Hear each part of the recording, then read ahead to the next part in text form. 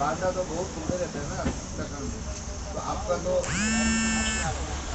24 ঘন্টা 24x7 24 আওয়ার্সই নাকা checking আছে। তো চেকিং করতে সময় বিহারের একটা গাড়ি, আর্টিকা গাড়ি, বিহার নাম্বার হলো বিহার 11X8216 একটা গাড়ি সন্দেহ হয়েছে করে তারা চেক করতে আসলো। তো সন্দেহের পরে এটার মধ্যে কিছু মানে স্মেল আইছে, গাঁজা স্মেল আইছে। তারপরে আমরা গাড়িটারে এখানে ডিটেন করছে নাকাতারা। তো ডিটেন করার পরে যখন আমরা খবর দিছে পরে আমরা আইসি, আওয়ার পরে চেক করা হয়েছে। তারা নিচে যে স্টেপনির চাক্কা যেখানে রাখা হয় ওই স্টেপনির চাক্কার মধ্যে পুরো 5 কিলো গাঁজা নিয়ে যাইতে আসছে। তো ওই গাড়ির মধ্যে 3জন ড্রাইভার সহ টোটাল 3জন আসলো। তাদের নাম হলো শেখর কুমার মণ্ডল, সীতারাম কুমার মণ্ডল, আরেকজন হলো জিতেন্দ্র মণ্ডল। 3জনের বাড়ি বিহার।